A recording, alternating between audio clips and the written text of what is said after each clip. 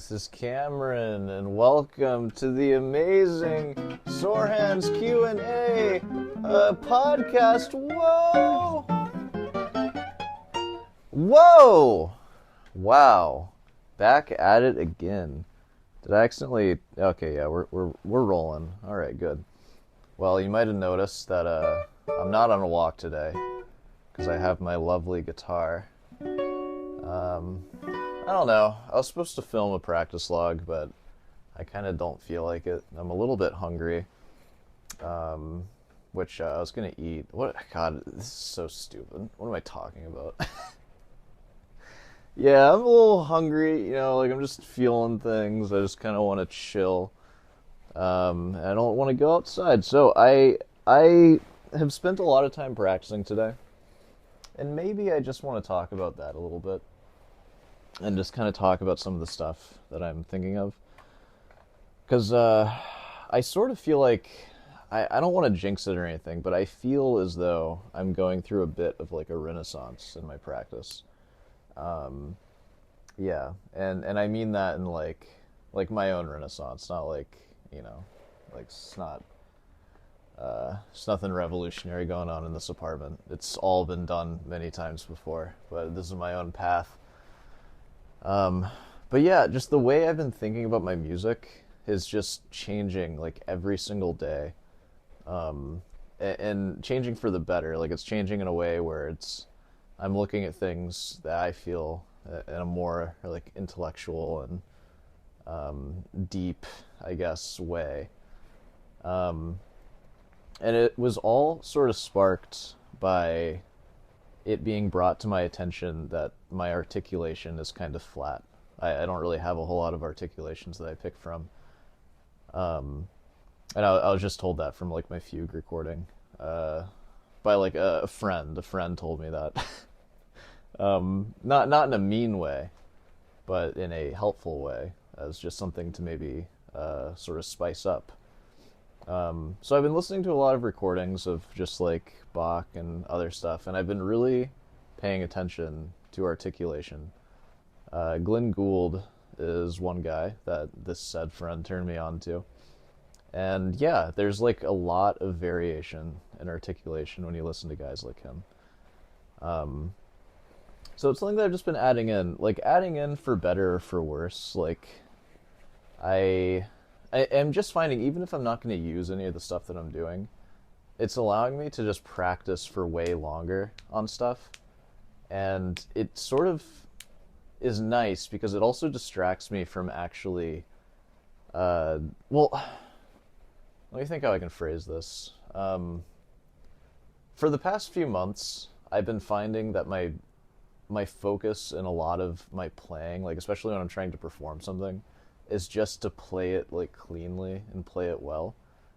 And it never is. Like it something always happens and it would frustrate me. And like my only focus was just to play cleanly, but really playing a clean note, there's so many dimensions to what a note can be. When you start thinking about like the articulation for like every single note, hold on, let me turn my heating down.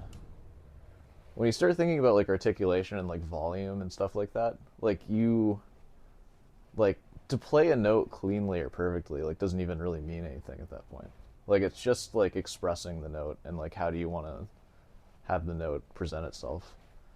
So I'm finding with like the new fugue that I'm working on, 997, like I'm playing passages over and over and just doing little things, just like there's two voices here. Can I make the bottom voice staccato and like the top voice legato? Like can I like hold out full durations for like one voice and not the other? Just stuff like that. And like can I keep the staccato like consistent, like maybe not as harsh of a staccato, like, or maybe a really abrupt one. And just doing that, like I don't know, like I just find that I'm just playing like a ton of the same stuff over and over, and in turn it gets me really good at those passages, and I don't even have to drone them over and over, because it doesn't feel like I'm droning them over and over in this case. Like it feels like I'm like practicing, and this kind of practice, I don't know, it's not something that I've done a whole lot of, like this sort of thinking. And like I think I'm probably gonna think about this like forever now. So practicing is really interesting right now. Things are really, really interesting. So, I don't know. I think I might just like go through and just maybe just talk about some things. How's my tuning? You know I can't tune while I'm recording this thing because I don't have my phone. I don't know how to tune by ear. I can't hear anything. So, you know, like you have this first line. And I'm also just really thinking about like what do I want this to sound like? Like, do I want one note like accented? Do I want it all to just be kind of flat? You know, like. And I think in practicing it in this way, like I'm probably just gonna end up playing it like this. Just like kind of a normal guitar sound, but now I'm so used to playing it in all these different ways that I just feel really comfortable with it. Where's my goddamn shelf liner? My guitar's slipping off of me. It's not gonna do. There we go, I found some. You know, so we have that. And yeah, you're not getting any accompanying sheet music. Just use your imagination and just, you know, try to listen. Follow along. So like this, we have two voices going on. This sustained, high, or this, it's just climbing up.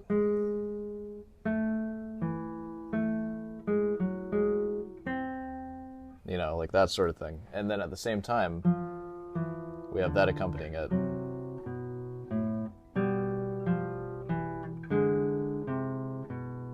So like I'm just doing things like, what if I play that bottom voice staccato?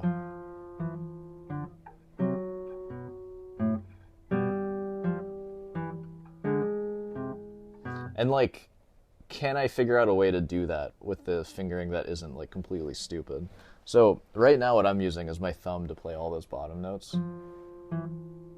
And I'm literally just placing my thumb back on the string before I move on. So like this, which usually isn't a big deal, but when I have string changes like this, then I have to hop over. I'm playing this low B, that's the staccato note, and then I'm jumping to the F that's on the fourth string, and I have to do the same thing. So there's a lot of string crossings that makes that a little awkward. There might be better ways to like make that staccato, but you know.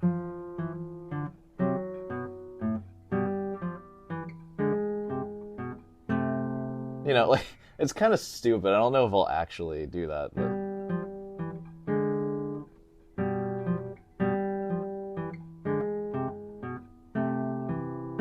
but then I think this, like, I do like having this. I think it allows, like, because what we want are these sustained notes, like, that A keeps ringing out. And then it goes away with that B ringing out. Well, we have that. Oh, how do I play that? I think cutting off that low note, it makes you hear that A a little clearer for that part.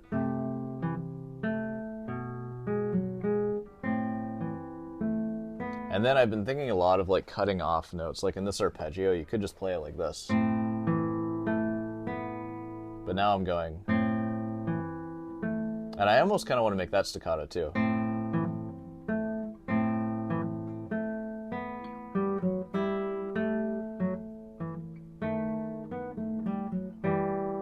And now these,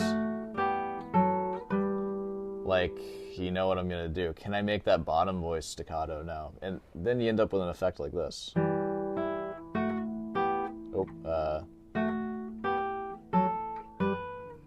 I don't know. It's kind of cool. I don't really mind that so much.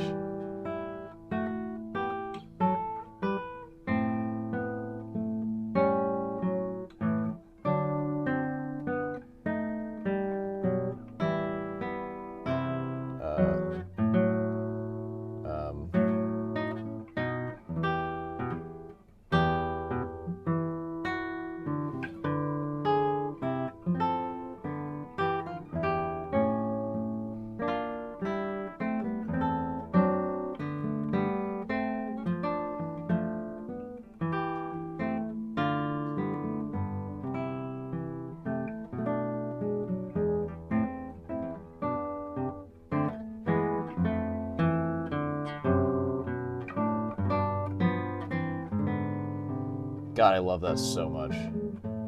Yeah. Ugh. God, this fugue is so freaking good. I listen to it so often. I like John Williams' recording of it, but I actually found another guy that I've been listening to a lot. I'm not going to say the name. I'm not going to give it out yet. Sorry. I know this podcast is exclusive, but knowing what interpretation I'm listening to is even more exclusive, I guess. But it's, I'm sort of taking inspiration from it with the articulation stuff. Yeah, I don't know. It's cool to sort of have this new thing that I'm just sort of thinking about a lot. And I'm thinking about it in a lot of places, like even the Morel Sonatina. I've been practicing the Morel Sonatina with this sort of idea. Let me get on back to it. See if I can tune with my ear.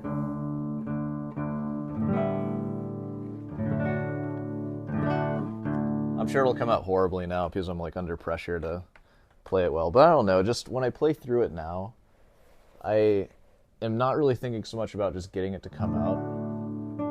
But I'm thinking about like these sustaining notes.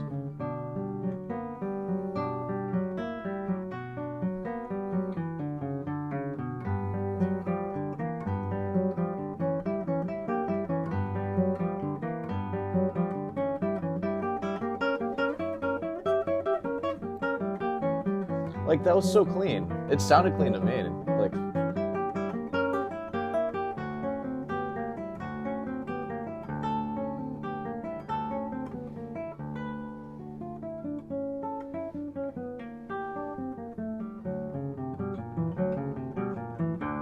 Like, this section up here.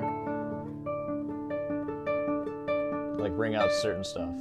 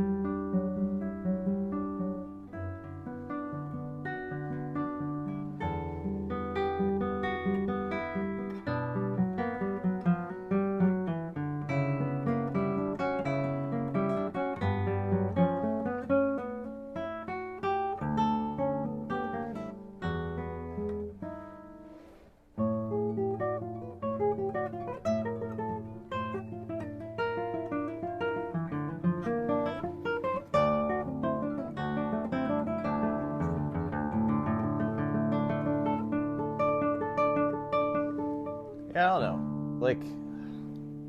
Like some of that was a little crummy. I know, but especially with like this part.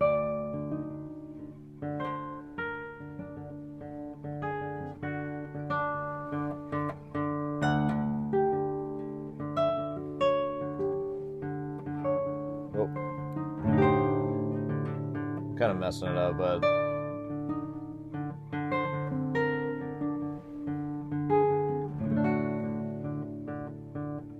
Then, you know,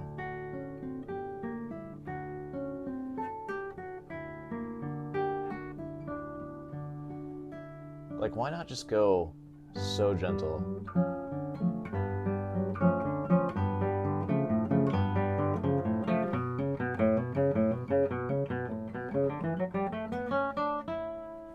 And then you're back in, right? And then you're thinking of this stuff.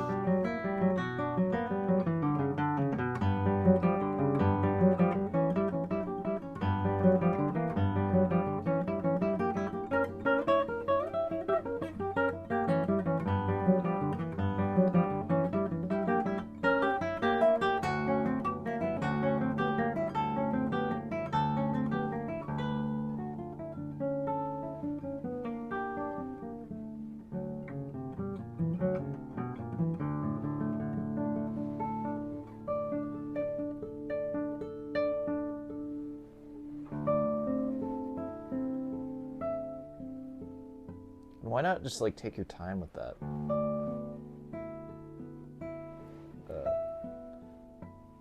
forget the notes.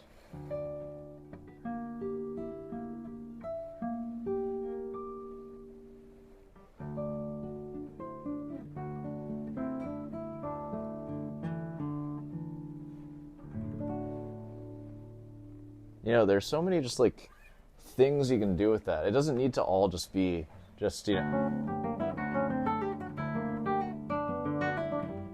It's like no wonder I feel like I'm messing up all the time. I'm just like rushing through everything. Gotta let it breathe. So I don't know, I'm just thinking about that and I feel like it's making me better. Like, I don't know, I just feel like more consistent in general.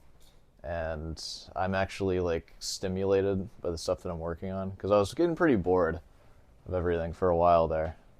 But yeah, you know, like if you're getting bored with your music, just like can you play like every voice of whatever you're working on? Like just pick one voice out and just make it staccato. Like, can you do that? Like maybe that's something to work on. And then by the time you can do that, you know your piece so well, that it's so, yeah, like you just know it after that. Like how can you not know it if you can at will switch like articulations of like one voice, you know? That's like pretty crazy. So this is the next level. This is the practicing that I'm doing now, and it feels good. Yeah, and like most of that stuff won't make it into the final performance, I'm sure. But you know,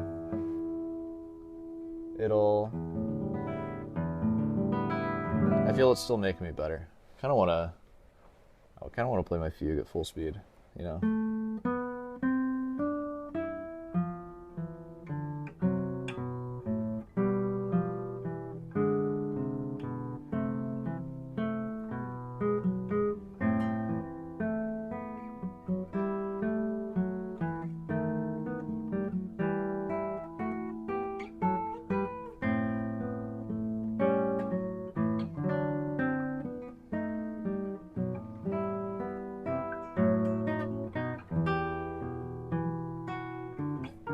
Oh, shit. Yeah, whatever. You get the idea. It's fun, right? So that, you know, that, I've done a lot of rest stroke practice today, too. I'm just working on that. I'm doing, like, scales, like, I mean, as you have heard me do. My hands are a little cold right now. Whenever I know I have to play on camera or like play for anyone, my hands always just immediately get chilly. I don't know what the deal with that is. It's really annoying. I wish it wasn't like that. Yeah. Anyways, I guess I could answer some questions. Like, I had a video recently. This is probably going to be what the next chair session is on too, so I'm sorry to anybody who watches the podcast and my main show, because there might be some overlapping material, but I'm sure it'll be fine. Let's see. Let me find some comments. I'm gonna look at comments for the quest for rest stroke, just while we're talking about practicing. Why not? Let's see here. I'm pretty sure there's some good ones in here.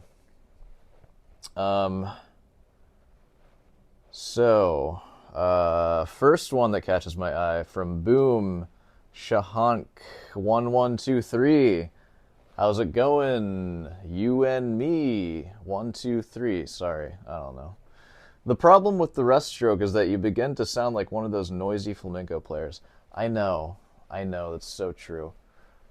But, you know, after all the stuff we've been watching, like all the shredding, like those kids that were shredding in the talent show, which I have some comments about that, because that video, like as expected, popped off. Didn't pop off like super hard, or at least it hasn't yet. It's only been a day.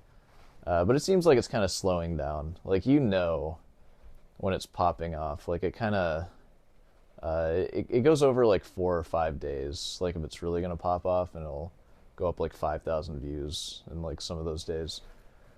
This one, it's only at like 3,000 on the first day. So I expect that it'll go up like another 1,000 probably, and that'll be it. which is good. That's like a solid upload from me. Like, 4,000 views. It ain't bad. I remember when I was uploading, I get like 70 views, and that was like pretty good, I think. Yeah, but yeah, those. Oh my God, what was I talking about? I filmed an episode of this podcast recently, and I scrapped it because I would literally just start talking and then just not finish anything I was talking about. It was like listening to an insane person. It was a little scary, honestly. Okay.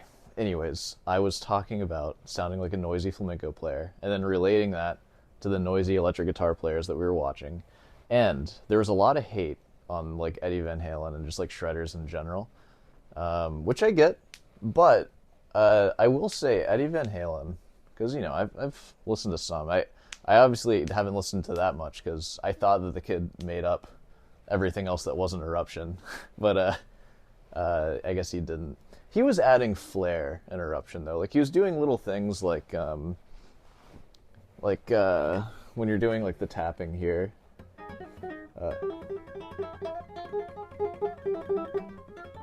He would go like up instead of down sometimes. Is it this or? There it is. He would go like. What the fuck did he do? He went like up or something.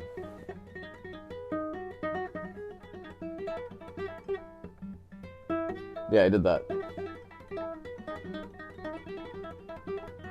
Like, I know, like obviously that's like a normal thing to do, but that's like kind of a classical, like counterpuntal decision that he made. I was impressed with it. I know that he was just playing a lot of Eddie Van Halen stuff, but I'm playing a lot of Bach stuff. Like, he,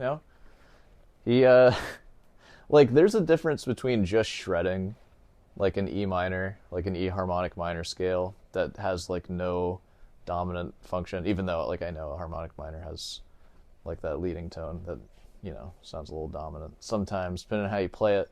But, just staying, like, in the same, like root, I mean. And he definitely moved around. Like, he played some dominant chords. I know it was just like a shredding display. And I'm talking about the first kid, by the way. But, and I'm talking about Van Halen, too. Like, Van Halen has, like, functional harmony and is shredding. And they're sort of reminiscent of, like, obviously, like, in a lesser sense of, like, Paganini, like, shredding. Like, like, I know when I say that, like, you can be like, wow, it's like not even close to that, which yeah, like I agree, but it's I don't know, there's something to it is my point. It's not just like completely stupid fast notes, random fast notes. It's not just random chords, guys. I can hear that one. Yeah, that's a throwback to the Jacob Collier one. Yeah, I am hesitant to call anything random these days. Anyways, what was I talking about? But yeah, I don't think it deserves that much hate. I don't think shredding and like working on technique is like the downfall of music. I don't think that shredding is like the equivalent of the typewriter in like literature, like shredding and guitar. Man, I'm really talking about a lot of these comments. Maybe I should go into that video. Might as well. Let's do it. Let me see if I can find some of these comments. I'm just gonna riff on them. Let's see here. Naked for Tiger said, I hate you and dig you at the same time. Subbed. Yeah, I feel that a lot of people probably feel that way. I feel that way too. Let's see. Yeah, so it's from Yamil Film. That high school Eddie Van Halen imitator didn't need a pedal board, man. That is a Katana 100 amp. It has tons of built-in boss effects. I wasn't saying anything about the quality of the amp. I was just saying that he had to bend over and change it, which is annoying when you're on stage, and a pedal board is the solution to that. But he can keep using his Katana. And no, I'm not familiar with that amp. I don't care. And yeah, all right. Yeah, I'm not really into gear like that. Like I have my gear. Like I I use Bias for electric guitar stuff, Bias FX, and that's pretty much as far as I go. And I love that because they kind of do all the gear for me. Like, they have tons of presets that are really good, and you know, I don't really have a great idea of how everything works per se, but I can get some pretty good sounds in there. Not that I need to. It's not like I'm recording anything on electric anyways. Like, I honestly, it's probably been like over a year since I've even like sat down and just played an electric guitar. I don't know. There's just something to the classical, you know, like, especially when you're lucky enough to get to play like a handcrafted guitar, like my guitar. It's hard to go back to anything else. It's like when I play like my electric guitars or even like another classical guitar in like a music store, it just feels so cheap and it sounds so bad. Like yeah, my guitar, like, it sounds so good and it feels so good to play. And I know it sounds good. I was at my girlfriend's house last night, and I was like playing guitar, and we were like, you know, we were like cuddling, and I was just like playing, and she started like just crying, which, like, this sounds like there, it sounds like there's like more to this story. No, but I was just like improvising. I was just playing like powerful sounding chord progressions, you know, just like inversions of chords, like, you know, like E minor, D over F sharp, G major, and just like hearing like the pure tone of the guitar, and she got like a little overwhelmed. And I was feeling it too. Like, it's a very, very beautiful instrument, and when you play stuff on it, like, it's not going to come through because this microphone that I'm using like sucks, and I think it like tries to filter out anything that's not a voice because it makes my guitar sound kind of shitty. But it, like, when you're in a room, and especially in her room where it's like, it's very like, it has like a sort of natural like reverb. It's like a little cavity of a room. That's not dissing the room. It's just like a small room, and like everything bounces off the walls. And it really like fills your head, like when you play the guitar in there. Yeah, like if you just play something just kind of simple and beautiful, it, like, you know, it's like a very pretty sound. I'm trying to emphasize, like, shit, like, she wasn't like for all the reasons she could be crying. No, like, it was fine. I promise you, it was seriously just the music, and you know, but yeah, I don't know where I'm going with this. Got to backpedal a little bit. What were we talking about? Van Halen. So, like, oh yeah. So it's hard to go back to any other guitar. Like, when I pick up an electric guitar now, it just feels like shit. Sounds like shit. I'm not very good at playing it anymore, or like ever. Like, honestly. So I don't know. The classical is just where it's at. Especially, God, if you can spring for that handcrafted, you gotta get it. Find a luthier. It's just so much better. And like, I really noticed it, like, when I did the recording of that fugue, and when I record anything now, like, it, like, man, like, even just the raw files just sound so beautiful. Like, the tone, not just my playing, because I've recorded lots of classical guitar with the Cordoba, and it was always just like, okay, how do we fix this? This sounds awful. I need to like EQ like all the highs out or something. Yeah, you don't really need to do that so much on this thing. Like, you kind of just get the raw file, and it's just, everything is so vibrant. Yeah, I love it. It's a great guitar. I play it every day. Okay, moving on. Katana though. Katana and Boss amp effects. You know, I'm gonna bet my classical, my handcrafted Stice sounds better. All right. Yeah. So this one is from Seabird Nation, Swebird Nation.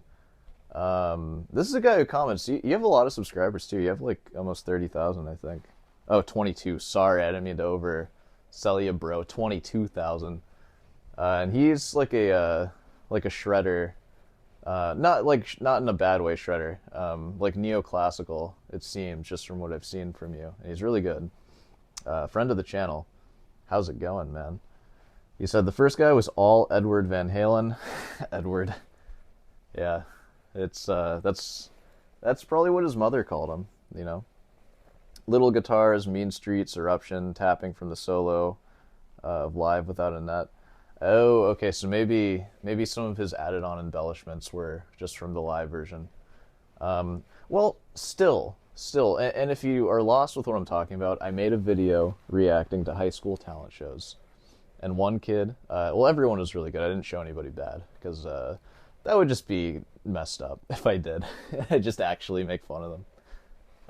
That wouldn't be very nice. Yeah, everybody that I showed was good, but the first kid especially, like, just his performance and, like, the stuff he played was very good. Like, it wasn't, like, super refined.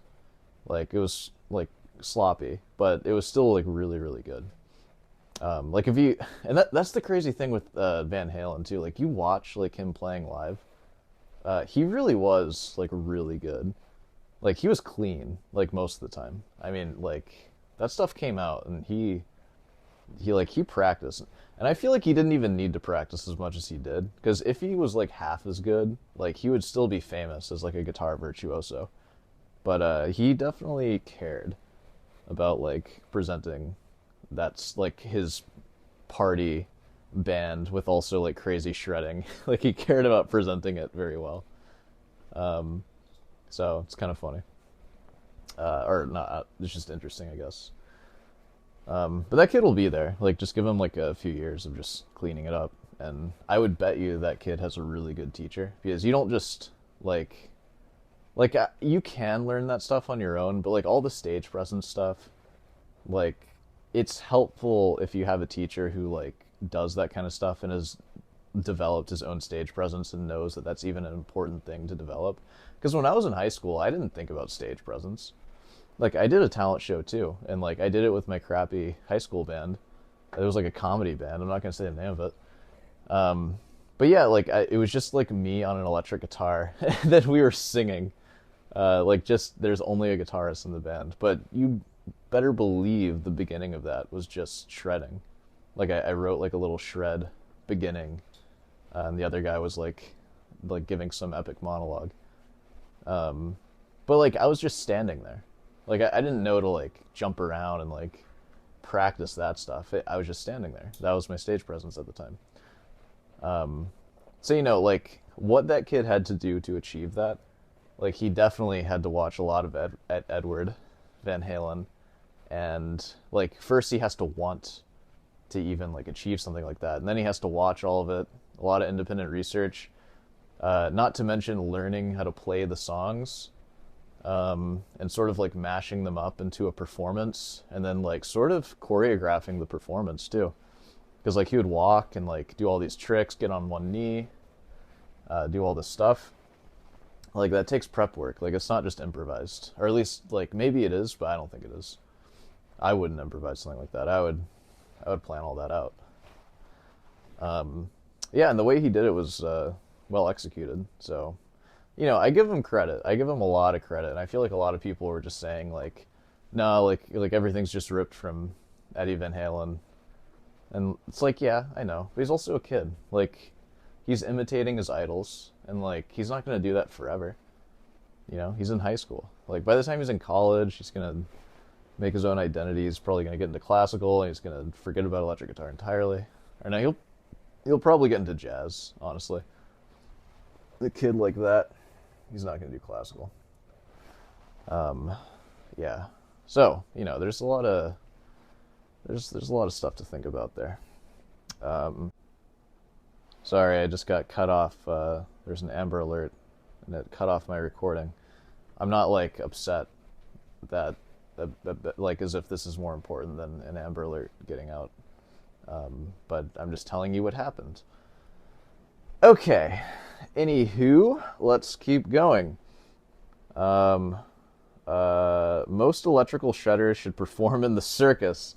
It's nothing more than a soulless, motorical act. Oh man, I wish Joseph was here to say all the words I don't know. With the intention to impress. Yeah, I mean, And there's another comment that might actually be better to get into. Let's read this one. It's in similar vein. It's less concise than that one, but it basically means the same thing. So, in my opinion, I can't stand eruption in 80s guitar and its effect on guitar music. Ever since the 80s, people approached the guitar as a craft. As a craft, and not about music. So we have a billion guitarists practicing, and hardly anyone is making music. Wow. And when they make music, it's more just a facade of showing how they practiced. Yeah, I mean, I guess. These are the natural progressions that we see everywhere, though. I mean, like Paganini, for example. Like, I guess you can say that that's also like making music, though, because it's musical. It's not just like nonsensical shredding. But either's Edward, I think. I don't know. We'll get further into it in a second. Oh god, I'm like out of breath. For some reason I get out of breath in my apartment, but not outside. I probably have some horrible mold or something. I think it comes from the male mind. Dude, damn right it does. How it wants objectivity, and to be able to judge something when making music is mysterious and sometimes ineffable as to what makes it good. In a way, I can see the crossover with classical music. It's like classical, except they aren't classically trained and not as good. That might be true. Yeah, so you think the male brain, like, music is so subjective, and we're just like, no, we need to find a way to measure it and measure exactly how good you are. So it needs to be really hard and impressive, and then that is what makes it good. Yeah. I mean, you can take, I don't know. I need to develop some of, like, my feelings about that. But I find certain, like, guitar composers, like, pretty legitimate. Like, Jason Becker is a good example of that. Like, is he not as good as, like, the average classical guitarist? I don't know. He's pretty damn good, like, for the style of guitar that he plays. You know, like back before the disease. Yeah, dude, that sucks. That's a nightmare. Still composing, though. You can compose, which, you know, that's like, I mean, if you don't care about the flashiness of guitar, I guess that's the important thing. But, yeah, it still sucks. Playing guitar is still really fun. It's playing flashy guitar. Anyways, moving on. They're not as good. When the strength of rock music is in its creativity and expressive aspect, which often comes out as sloppy, but you're not considered a good guitar player anymore if you are sloppy. And you see messages on videos of Hendrix, Zappa, I don't know the other guy, playing guitar saying how they suck because they aren't precise or as technical like their favorite technical guitar players who just practice licks 12 hours a day. Hey, that's a good way to spend 12 hours, I'll tell you what. Do people put that on Zappa and Hendrix? They suck. Well, you know, it's a balance. That's what I think. Like, which actually, let me finish your comment. I'm sorry. Let me finish. And in my opinion, the less technical players are more sophisticated because making good music is a lot harder than moving fingers around on a piece of wood. That's what she said. In a way, I think it's cowardly because people who don't want to take the risk and vulnerability of being an artist, they just want to be rated on how proficient they are. See, it's a balance. It's both of those things. And I kind of agree with you. I kind of disagree with you. You need to develop some kind of technique just to be able to express, like, what you need to express or, like, play the music that you want to play. There is, like, I don't know, is there even a limit to what that is? Because who's to say, like, I don't know, if music is expression and just being an artist, like, can't my screaming be an expression of my feelings? Like, it's not a sophisticated expression, but, like, I don't want to learn how to sing because I don't need it to express myself. All I need to do is just scream, and, like, scream in a way that's not, like, technically proficient. I'm not talking about, like, metal screaming, just, like, actual screaming. And it just comes out, Like, Yeah, so I don't think that's like a sophisticated expression, but it's not a sophisticated emotion that you're expressing probably. Or maybe it is. I don't know. What do I know? But like you need technique to express the other stuff, the more nitty-gritty stuff. Technique makes you more concise. Like part of my expression like when I'm playing my fugue is like I want this one voice to be articulated differently. And that requires a lot of technique practice, you know. Now, there are like certain like I don't know if what I'm saying is even like making sense at all. I'm just kind of talking.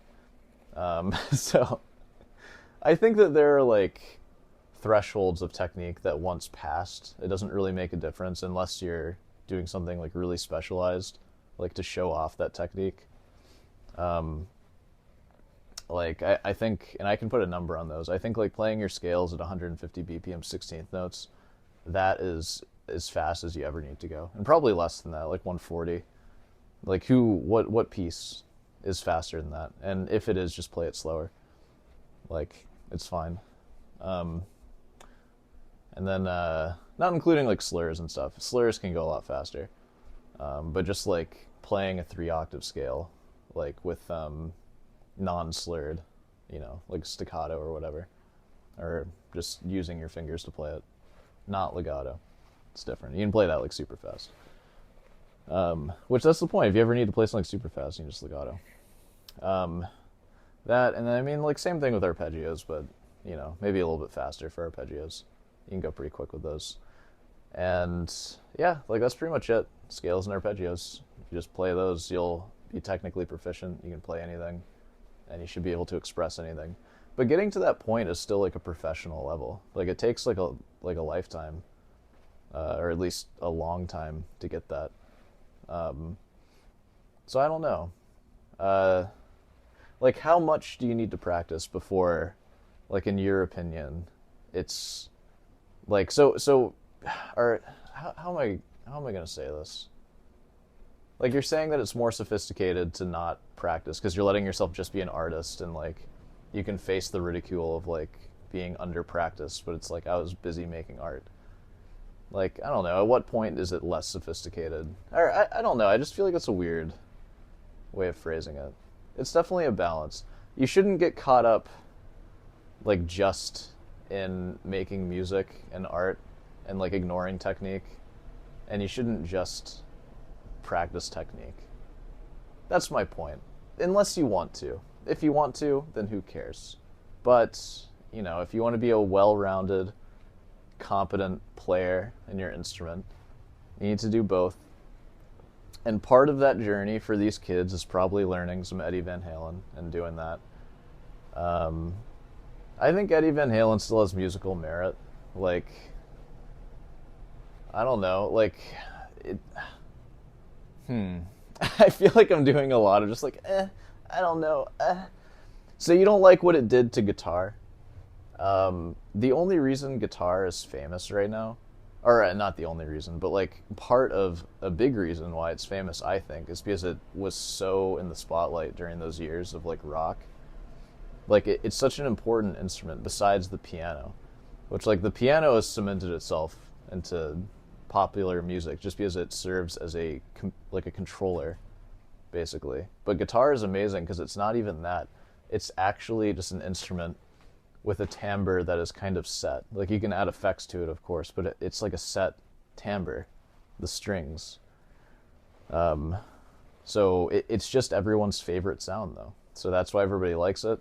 I think it probably helps it that the guitar looks cool to play. You look kind of badass when you're playing it. There's a lot of reasons why it's so cool, or why people think it's cool. And yeah, like, I don't know, like Edward could have been playing like folk music, like easy guitar stuff, and we wouldn't be saying that. But it also wouldn't be like, I guess like virtuosic, or I don't know. My point is, I think that he had a hand in making guitar even more popular than it already was. And because of people that do that, I now get to ride off of them and have like a career. because, you know, like what exactly is it that I do? I teach guitar, and, you know, like people who graduate from university with like a degree in the euphonium, and that's their like performance instrument. I don't think they're getting that many students, you know? Like, they get like the kids learning euphonium, but how many of those are there per school district? Like 2? Like, there's not a whole lot of options. Guitarists, though, guitar is just like, that's just a thing that you do. Like half of all kids, or some, like, or maybe not half, but I bet like a third of all kids have taken at least a guitar lesson. Like a lot of kids, and I know because I teach them. Yeah, and the only reason why like a niche channel like mine even exists, or not exists, but like why it is doing so well, because it kind of is doing well. We're over like 3,000 subs, coming up on 4 soon. We're already a quarter of the way there. It's because there's a lot of interest in guitar, and Eddie contributed to that, and I'm thankful for that. And yeah, so I don't know. If it makes you feel better, that sort of thing is way fallen out of fashion. And guitar is kind of... classical is back. Like, I think we're alive at a good time. Like, classical guitar is kind of the thing. Like, go on Instagram, people aren't playing with picks anymore. They just aren't. They're using their fingers. They're like classical guitarists, and kind of like realizing like Bach is kind of cool. And classical guitar is cool, and 80s electric guitar sounds kind of dated. You know, boomer bins. That's what the Polyphia guy calls them. The boomer bins. And look at Polyphia, he's playing a nylon string guitar. And then there's like, you know, Ichika.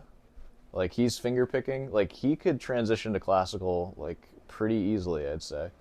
And Ichika's playing, like, more, like, funk and, like, soul style stuff. And like Polyphia's kind of doing that too. They started with metal, which is more adjacent to like the rock, and like Eddie Van Halen, like all that stuff. But they're definitely like deep in soul now. And then like guys like Marson, finger picking, obviously. Yeah, this channel is beef with Marson, if you guys didn't know. No, I'm just kidding. Marson does not give a shit about me at all. Some of his fans do though. They care a lot about me, and they hate me. And I hate them too. I'm not above that. Yeah, that was... So this is actually good for this reason, because if I had recorded everything I just said there in a chair session, it would be like a 40-minute video, and it would be one of those where it takes forever to edit, because it's like, this is nonsense. I have to make this into something. Oh my god. And I would maybe even just scrap the video at that point. But this is just a podcast, so, you know. I think I arrived somewhere. You guys kind of... It was definitely a journey getting there, but I think I arrived somewhere. Alright, so let's keep going. Yeah, this one's getting long. Next comments. I'll probably think of more stuff to say on that, and then I'll probably talk about it on the main show. But let's keep going. Ooh... Muff in the bee. Should I have said that out loud? That's his username, or their username. I don't know. But he said, "This is impossible to watch. Shut the fuck up for 1 second." No, I won't shut the fuck up for any amount of time, because like, welcome to my kingdom. This is mine. I made this. I make all the rules, and guess what? You don't have to be here. You can just leave. There's no one making you watch this. But, you know, if you want to watch it, like, you can. And it's I make all the decisions. It's Sor Hands. I own Sor Hands. It's mine. I own the painting of Sor, the drawing. No, I don't. But, you know, like, chill out, man. Like, it's just YouTube. It's not like coming into your home and, like, putting on the show live for you and, like, refusing to leave. Like, you control what you watch, and you also have the right to say whatever you want on my YouTube channel, and I accept that, but I'm just kind of giving it back to you. Let's see. More comments. From William Jacobson. It would be great if you would just let the video run for more than 3 seconds at a time, man. Just saying. What, so you want to just watch a talent show through my YouTube channel? Like, the whole point of the YouTube channel is that you're getting my reaction.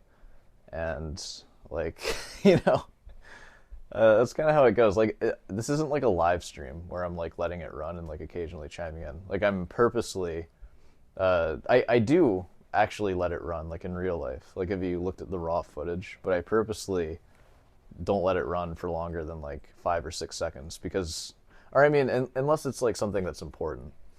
Because it just gets super boring and, like, long and, like, really slow paced when I do that. And nobody really cares, I think, to watch the talent show for too long. Like, you kind of just want to watch the highlights, and then I'll make my comments on them, and then that's what the show is.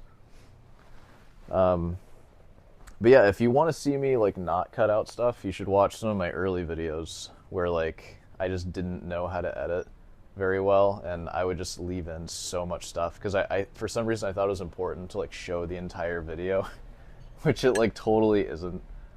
Like, you can cut out basically everything that's not, like, interesting. Like, that's kind of the point. It's, like, curated for you to watch, but I'm reacting to it. Yeah, but if you watch my old videos, like, some of those, like, especially the documentary ones where I just let those scenes go on, and it's like I'm just literally showing a documentary and just watching it.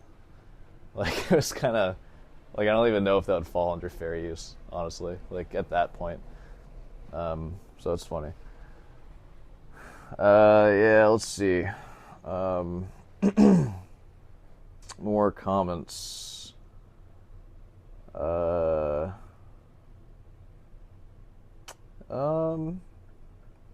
We'll end it with this one. This is a funny one. KRMM4EL.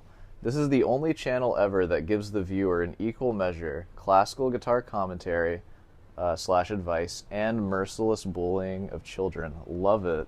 Unsubscribed. Thank you. Thanks for unsubscribing, and I appreciate your view. And I totally get it, and feel free to resubscribe anytime. It's free. I know, I'm sure you didn't actually unsubscribe. You can if you want. It's not a huge deal. That metric doesn't really matter too much. It's more about the views. Though I don't know if... I've always wondered this. Like, when I have a video like Jacob Coyer, like that video that popped off to like almost 20,000 views, like, obviously, I have people that watch me regularly. I have, like... there's like a few thousand that I think circulate, and it comes out to around like 500 to 1,000 views a day of those people. And I don't think everybody watches every single video, but there's like a few thousand people that know who I am and that will watch like a few, like 1 or 2 a week. And, you know, it comes out to like 1,000 views or like 700 views on average a day, which is great. I wonder if I just had like a brand new YouTube channel and I uploaded that Jacob Coyer video, if it would do as well. Or like, does it require that initial fan base to like propel it? Or does YouTube like trust me more because I have like a lot of traffic on my channel? They trust to like push the video more easily, you know? Like, I've always wondered these things. Yeah, I don't know. But, something to think about. Anyways, I think we could pretty much wrap this one up here. So, you know, thanks for stopping by the podcast. It's always fun to film a little episode for you. Play a little, oh god, I can't talk and play. Oh no. Hey, well, you know, if you made it this far, be sure to subscribe and leave a like and all that stuff. And, you know, if you want some merch, I'm selling merch. It's all on the main channel, though. I'm pretty sure it's linked through here. But I'm pretty sure if you're watching this, you definitely know who I am. Because I can't imagine you would stumble upon this without that.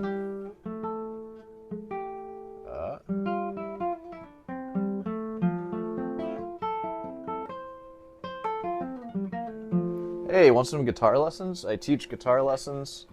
I I've been teaching guitar for a few years now, all, or for the most part online. Teach classical guitar. You know, unless you ask me real nicely for something else. But you don't want to be learning like rock from me. There's way better people to learn from for that. But classical we should do just fine. It'll be a while before you outgrow me, probably.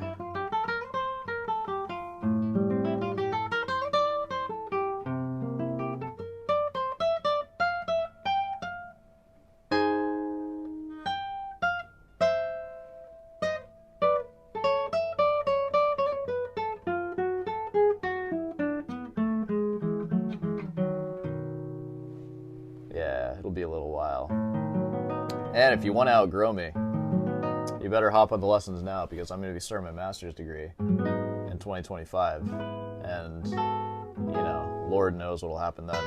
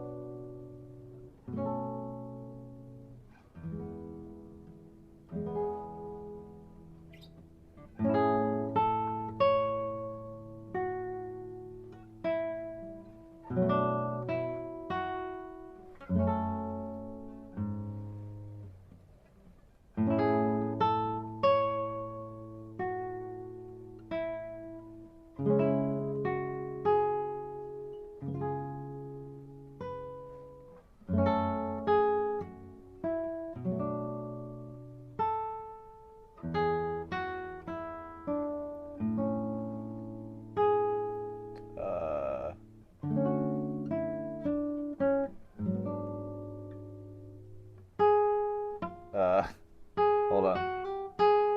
Oh, I suck. I need to work on that.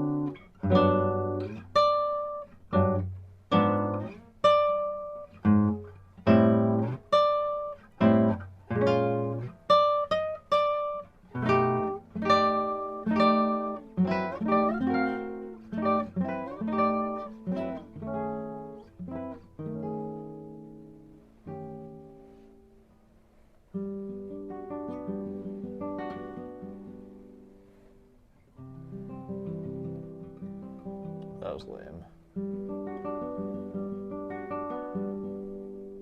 Where do I want to go?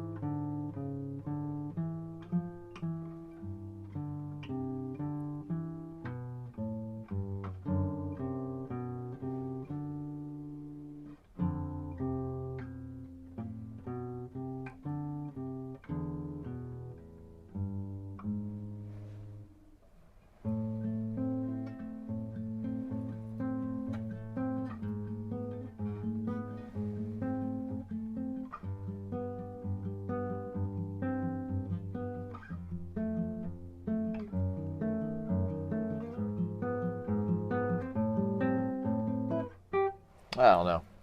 What do you want from me? I just started playing guitar. Yeah, I guess I should end this thing. Hey, well, thanks for watching. I'll see you in the next one.